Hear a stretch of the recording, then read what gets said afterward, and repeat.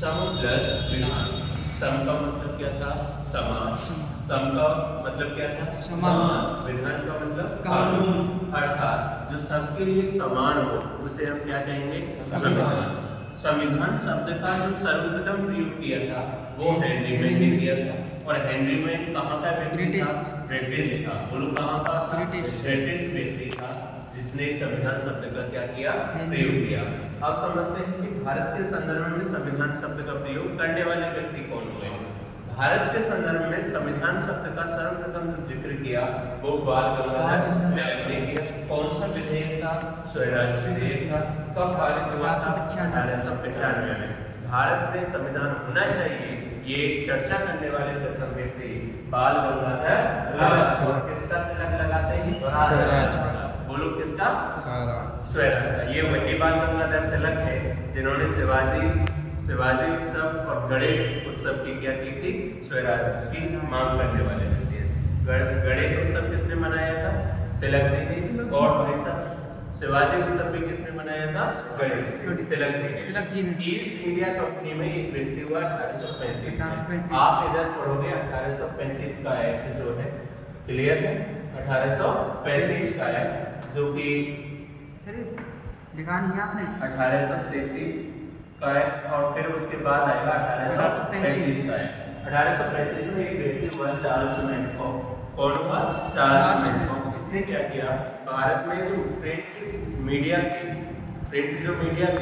उन पर जो प्रतिबंध लगे हुए थे उनको क्या कर दिया? समाप्त कर दिया। अब जैसे ही समाप्त हुआ तो लोगों ने छापना शुरू किया। और जैसे ही छापना शुरू हुआ तो एक क्रांतिकारी दूसरे क्रांतिकारी के पास उठना बैठना शुरू हुआ। और धीरे धीरे ये जो घटनाएं थी, एक जुड़ाव जो था क्रांतिकारियों का वो एक बड़े और वैश्विक स्तर पे होने लगा था। और बाद में ये हुआ कि अंग्रेजों को बाहर कगाड़ने की जो डेट थी वो 31 मई 1857 को रखी गई। वो अलग बात थी कि 1857 का विद्रोह कुछ समय तक सफल रहा और कुछ समय के बाद असफल हो गया, परंतु उसका जो जन्म के जो बीज थे, जो अंकुरित किए थे, वो किसने किए थे? चार्ल्स मैनकॉक ने। आपसे यहाँ से एक प्रश्न जरूर पूछा जाता है कि भारत में प्रेस की स्वतंत्रता का जनक किसे कहते हैं? चार्ल्स मैनकॉक। आगे लिटिल नाम का व्यक्ति आएगा। लिटिल जैसे कि नाम छोटा है वैसे ही वो क्या करेगा? छोटे काम करेगा और प्रिंट मीडिया पर क्या लगा देगा? लगा देगा। इनसे पहले पुर्तगाली आए थे। पुर्तगाली शब्द जो होते हैं हमेशा ध्यान रखना, भारत में तंबाकू भी सबसे ज्यादा खाया जाता है और आलू। और प्रिंट मीडिया में तो भारत नंबर 1 पर है। क्लियर? कॉपी करने में भारत क्या है? नंबर 1 पर है। तो पुर्तगालियों की 3 चीजें थी। तंबाकू की खेती पुर्तगालियों की देन, आलू पुर्तगालियों की देन, और आपको मैं बता दूं प्रिंटिंग प्रेस की स्थापना पुर्तगालियों ने 1556 में गोवा में की थी। अच्छा, ये तो हुआ हमारे भारत के संविधान के सामान्य। संविधान कितने प्रकार का होता है? 2 प्रकार। एक होता है लिखित, एक होता है मौखिक। मौखिक कह लीजिए या आलिखित कह लीजिए, बात क्या है? सेम है। ब्रिटेन में एक राजा हुआ चार्ल्स जेम्स फर्स्ट। उसने क्या किया? 1215 में एक मैग्ना कार्टा जारी किया जिसे कहा गया अधिकारों का पत्र, जिसके तहत ब्रिटिश नागरिकों को राजा के द्वारा, क्राउन के द्वारा, ब्रिटिश क्राउन के द्वारा कुछ रियायतें यानी कि कुछ छूट या कुछ मूल अधिकार दिए गए। तभी से वहां से अधिकारों की मांग क्या हुई? शुरू हुई। परंतु अधिकारों को लिखित तौर पर स्वीकार करने वाला देश कौन सा है? यूएसए। संविधान को सबसे पहला संविधान किसका है? ब्रिटेन का। सबसे पहला लिखित संविधान किसका है? यूएसए। अच्छा, ब्रिटेन अगर बात करें ब्रिटेन की तो संविधान की जननी किसे कहा जाता है? ब्रिटेन को। संविधान की जननी किसे कहा जाता है? ब्रिटेन को। जबकि लिखित संविधान की जननी की बात की जाएगी यूएसए। दुनिया का सबसे पहला लिखित संविधान किसका है? यूएसए। कुल कितने अनुच्छेद हैं? 7। क्लियर है? और दुनिया का सबसे बड़ा लिखित संविधान किसका है? इंडिया का। बोलो संविधान का सबसे बड़ा संविधान किसका है? भारत का। भारत का संविधान सबसे बड़ा, कठोर, लचीला और सबसे आगे है। ये कथन किसका है? जेनिक्स का है। बोलो किसका है? जेनिक्स का है। भारत का संविधान वकीलों का स्वर्ग होता है, ये कथन भी किसका है? जेनिक्स का है। अब बात करते हैं भारतीय संविधान के संवैधानिक विकास की। तो भारतीय जो संविधान में आपने देखा होगा कि हमारे मूल संविधान में 22 भाग थे। बोलो कितने भाग थे? 22 भाग थे। 8 अनुसूचियां थी। कितनी अनुसूचियां? सूचियां थी, 8 अनुसूचियां थी। और अनुसूचियों के बाद की बात करें तो 395 थे अनुच्छेद थे। बोलो 395 आर्टिकल थे। 395 क्या थे? आर्टिकल, अनुच्छेद। अब कुछ ना कुछ आर्टिकल किसी न किसी एक्ट से प्रभावित थे। जब भी हम संविधान के संवैधानिक विकास की बात करते हैं तो हमें संविधान के स्रोतों की तरफ जाना पड़ता है। और अगर मैं देखना चाहूँ तो एक भारत परिषद अधिनियम है 1935 का एक्ट, जो कि भारत के संविधान का, बोलो किसका? भारत के संविधान का सबसे बड़ा स्रोत है। बोलो भारतीय संविधान का कितना बड़ा? सबसे बड़ा स्रोत है। और इससे 250 अनुच्छेद यों के त्यों लिए गए।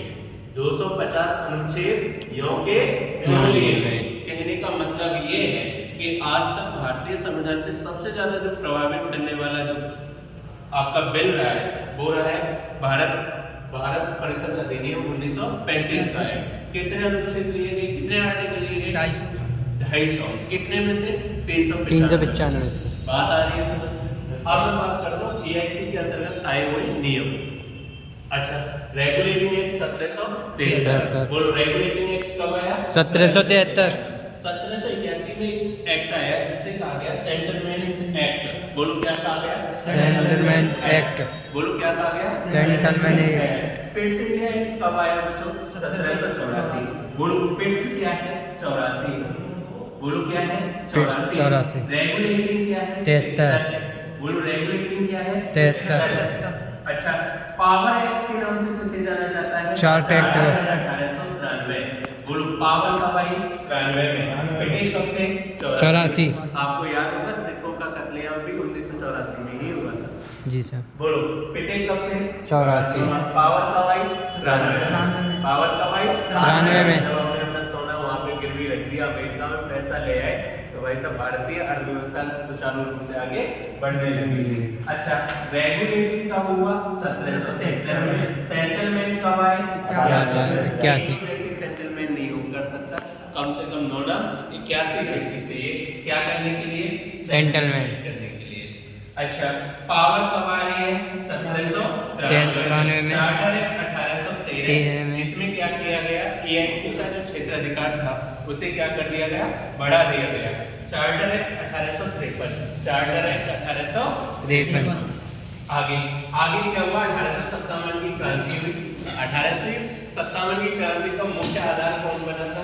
चार्ल्स मैंटॉक, जिसने भारत में प्रिंट मीडिया प्रेस को क्या कर दिया? आजाद कर दिया। भाई साहब 1858 तक, 1857 में ये क्रांति हुई। उसके बाद क्या हुआ?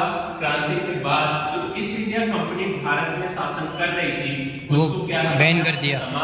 और ये है शासन कौन किसके हाथों दे दिया गया? ब्रिटिश के। और ब्रिटिश क्राउन को दिया गया।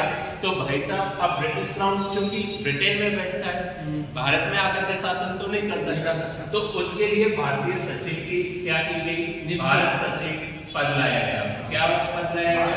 भारत सचिव। और जो अभी तक गवर्नर जनरल थे, इधर कौन थे बच्चों? Governor general. बोलो इधर कौन थे? Governor general. इधर कौन हो गए? वायसराय। बोलो कौन हो गए? वाइस। पहला भारत का वायसराय 1858 में कौन बना? कैनिंग बना। बोलो कैनिंग। बोलो कौन बना? कैनिंग बना। अच्छा, भारत परिषद अधिनियम 1958 की क्रांति के बाद लाया गया और इसी के तहत जो ईस्ट इंडिया कंपनी की जो पावर थी उसे समाप्त करके ब्रिटिश क्राउन को सौंप दी गई। भारत का पहला वायसराय लॉर्ड कैनिंग को बनाया गया और भारत सचिव का पद दिया। सचिव का पद लाया गया तो विधानमंडलों की स्थापना हुई। क्लियर? केंद्रीय विधानमंडल की स्थापना हुई। भारत परिषद अधिनियम 1861। भारत परिषद अधिनियम 1861। देखिए बंगाल हाईकोर्ट की स्थापना, बंगाल हाईकोर्ट की स्थापना 1773 एक्ट के तहत हुई। परंतु अगर आपसे कोई पूछे यूपी हाईकोर्ट की स्थापना कब हुई? 1866 में इसका कार्य प्रारंभ होगा, परंतु स्थापना कब हुई?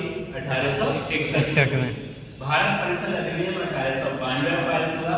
आगे चल करके भारत परिषद अधिनियम 1909 में, इसे कहा जाता है माल्य मिंटो सुधार। बोलो क्या कहा जाता है? माल्य बोलो क्या? मालवीय मिंटो सुधार। बोलो क्या?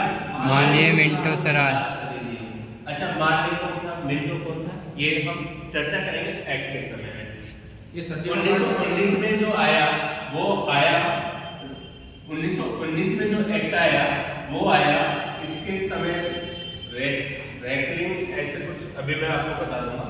भारत परिषद अधिनियम कब आया? 1928 को आया, क्लियर। और इसका सबसे ज्यादा विरोध भी हुआ, गो बैक के नारे लगे, इसे साइमन कमीशन के नाम से भी जाना जाता है। बोलो क्या? इसे रोलिंग एक्ट के नाम से, बोलो इसे रोलिंग एक्ट के नाम से, रोलिंग एक्ट के नाम से जाना जाता है। और इसे साइमन कमीशन के नाम से, बोलो इसे साइमन कमीशन के नाम से जाना जाता है, और इसे रोलिंग एक्ट के नाम से जाना जाता है। और 1935 में सबसे बड़ा अधिनियम पारित हुआ, जिससे भारतीय संविधान में डायरेक्ट कितने 250 अनुच्छेद लिए गए। और भारत जो आजाद हुआ है, आपसे पूछे भारत किस एक्ट के तहत आजाद हुआ है? बोलो, भारत किस एक्ट के तहत आजाद हुआ है?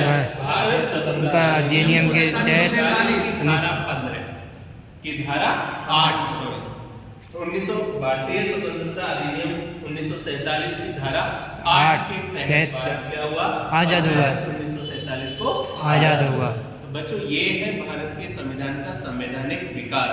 यहाँ से डायरेक्ट क्वेश्चन बनेगा, रेगुलेटिंग एक्ट कब आया?